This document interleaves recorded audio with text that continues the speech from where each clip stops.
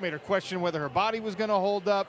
And we've all been injured, right? We've all had that comeback fight. And that moment when you get to walk out and you get to do it again, Dan, it's just as important as getting the win. Yeah, it is. It really is. I mean, like, she's excited to be walking out, but there's a lot of emotion going on there as well. She's pictured this moment for so many times where her hands have been unable to take her to the gym and do the work that she's used to them doing. There's relief here, there's excitement, there's anxiety going on as she's walking out. And she really took her time. She really absorbed it all as she was walking into the cage. And all the way through fight week, she's been very reflective on this journey back to the cage. I wonder what kind of pressure she's going to be able to realize that she was under now this moment has passed. She must be sitting back in her room now thinking to herself, man, that was a really big test for me. Well, we didn't get a chance to talk much with her after the fight, but Kennedy Smith did. Here's what she had to say. Thanks, Sean. Dakota, you had your first fight back in the cage, secured the victory. How are you feeling right now? I'm happy. You know, a good 3 rounds in the bag. I've been out for a long time, so it actually feels quite nice to get 3 rounds. Denise, tough, but I told you guys she was going to be tough. She was no Morgan. Yeah, I'm happy just to be back. We were talking about it during the fight. You were looking really confident with your hands. How were they feeling? Yeah, they're feeling great. I felt confident in there. You know, I took my time, picked my shots, felt like I was hitting just as hard as I used to. Not hard enough to knock her out, but she had a good chin, so yeah, I'm happy. So it seems as if everybody's afraid to call you out and ask for that fight. So what is it that you want next? Oh, I don't really care, you know. I mean, Liz obviously is the one that wants me next, and if that's what PFL want, then that's what they'll do. But I'll sit down with the team and decide. Congratulations. Thank you. Sean. So, Dakota says, I'll do it. Liz says, I want to do it. I say, let's do it. It's the only thing that makes sense. It's the fight that everyone's asking for. Is Dakota able to deal with what Liz Carmouche brings to the cage? The strength, conditioning, the wrestling, the pressure from that top position. We saw Dakota right down on this canvas in front of the commentary booth today, struggling to get out from that position. If Liz gets her in that position, it might be a different world entirely for her to deal with, but Dakota will raise herself to that level. The belt on the line, 5 rounds, it has to happen next. We open the card tonight with not only the announcement of the MVP and PFL merger, Jake Paul, Nikisa Badarian, John Martin, all here on the broadcast with us, but maybe the arrival of another rising PFL star. Undefeated, Mustafa Diakhaté is really something. It's time for me to put my hat back on, Sean. Look at this. What a score today. I mean, not only did Mustafa have an incredible PFL debut, but he also gifted me with probably the best hat that I've ever seen. And I'm kind of feeling the Mustafa dance coming on now. He walked out to the live drum music. He was enjoying himself on the way out. And again, he's one of these crop of fighters that still very, very early in their professional mixed martial arts career, showing the tools, showing the physical traits that are going to be very difficult for any light heavyweight to deal with. But I remember I was at one of his first fights in France, and the way that he took over the arena was insane. It really was. But the thing that stood out to me more than anything, he wasn't even main event. He was lower down on the card.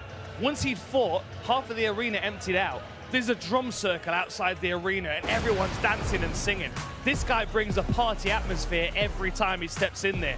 And his fights are chaotic, they're wild. He takes a lot of risks. He expends a lot of energy. But the reality is no one's been able to withstand it so far. This was a really difficult test for him, with it being a short notice replacement. Lots of different changes in fight week for him. A new experience, a new set of gloves, a new pair of shorts, a new experience fighting stateside. And then the opponents kept shifting. But still, Diakhaté stayed on his game and delivered the way that the majority of the people expected him to did. I mean, the crowd in France is going to be elated with that performance. Well, he gets his 5th knockout. He continues to display that range. I mean, Walker is also incredibly tall, 6'3", long reach, 79-inch reach. Diakhaté, 82-inch reach. That's like the 3rd biggest I've ever seen in the sport, if I'm not mistaken. That's 6'10" reach on a 6'4" man. I mean, he's got the physical traits and still developing the tools, but going to be a problem in that division. But he's got. Oh, let's show me the walkout. Let's see the dance. Let's see the walkout again. Look at this.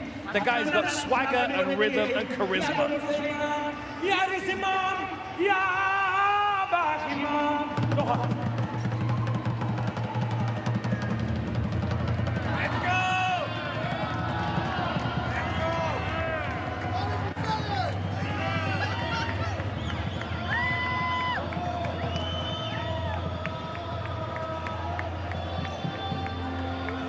He is a terrifying guy.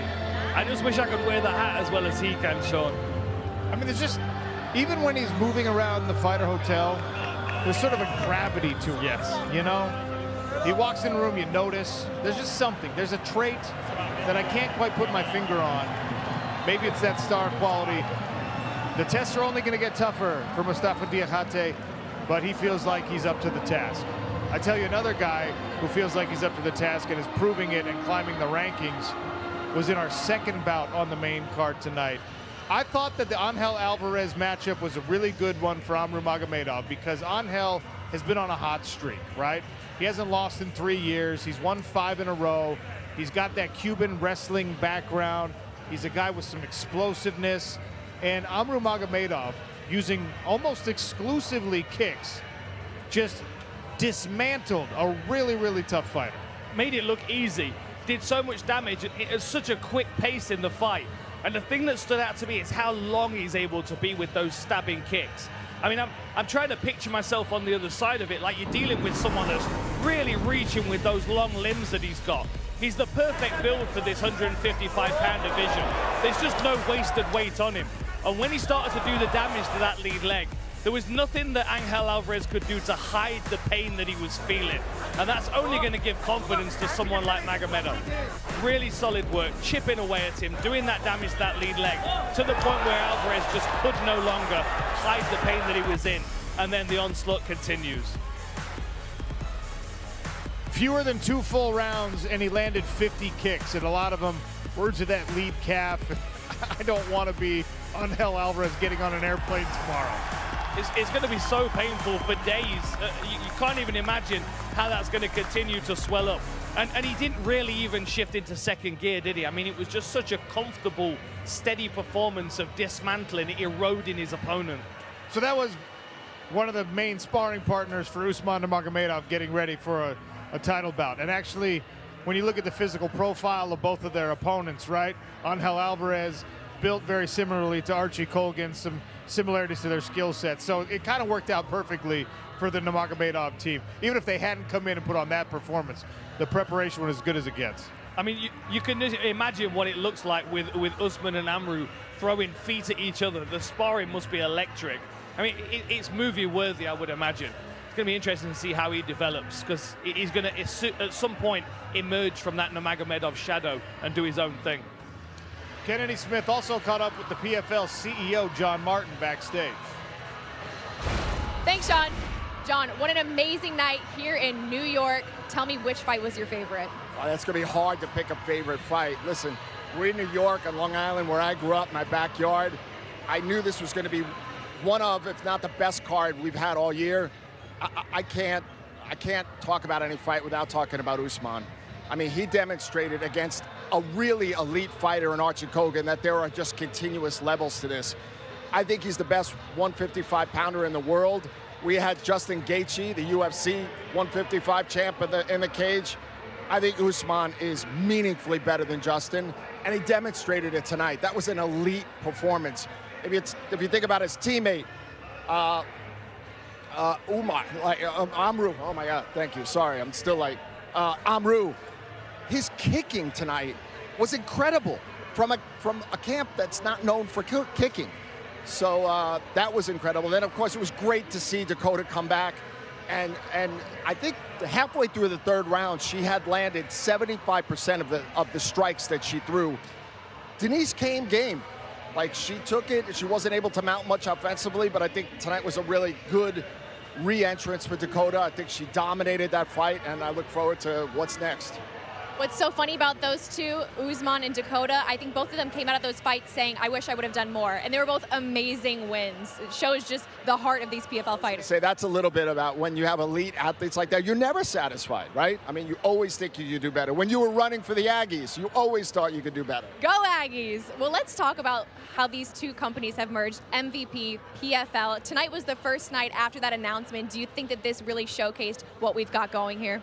Yeah, I mean, look, this is the start, right? The first event, it's not even really an MVP event because we just announced yesterday morning. But to have Jake and Nakisa here and to see the star power of Jake Paul, I had the opportunity, I've been walking around with him for most of the night. He can't go anywhere without people stopping him, wanting to talk and take pictures.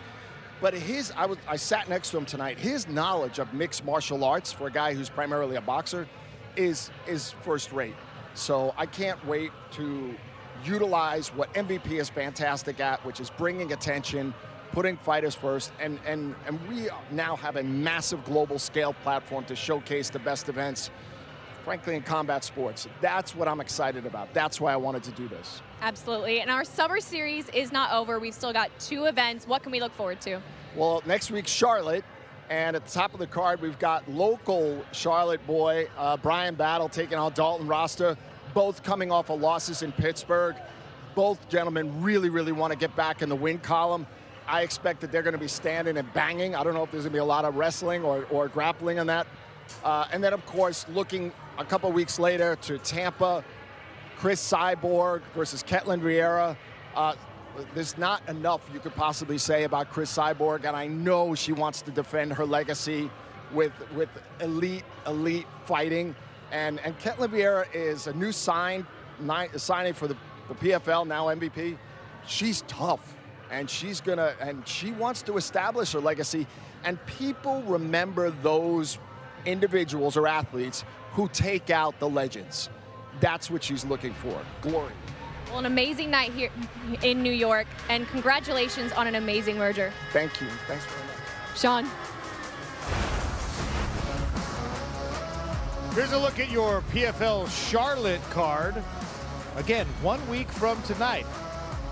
Ranked middleweight matchup to start the main card. Lewis McGrillen is back. He'll take on Brendan Lewis. Another even higher ranked middleweight matchup.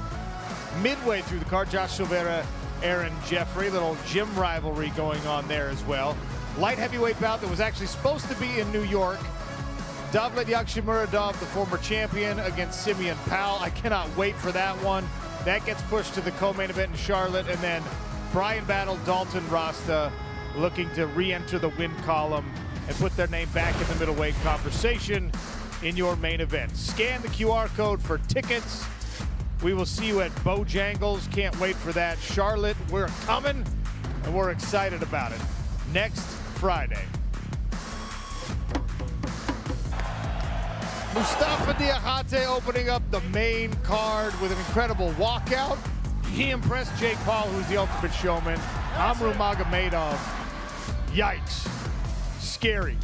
Dangerous Dakota Ditcheva, back and as dangerous as ever. And then, of course, the main event, Usman Nurmagomedov remains undefeated and undisputed, defending his lightweight championship. I'm Sean O'Connell for Dan Hardy, Greg Hamilton, and Kennedy Smith. Thank you for watching. See you in Charlotte.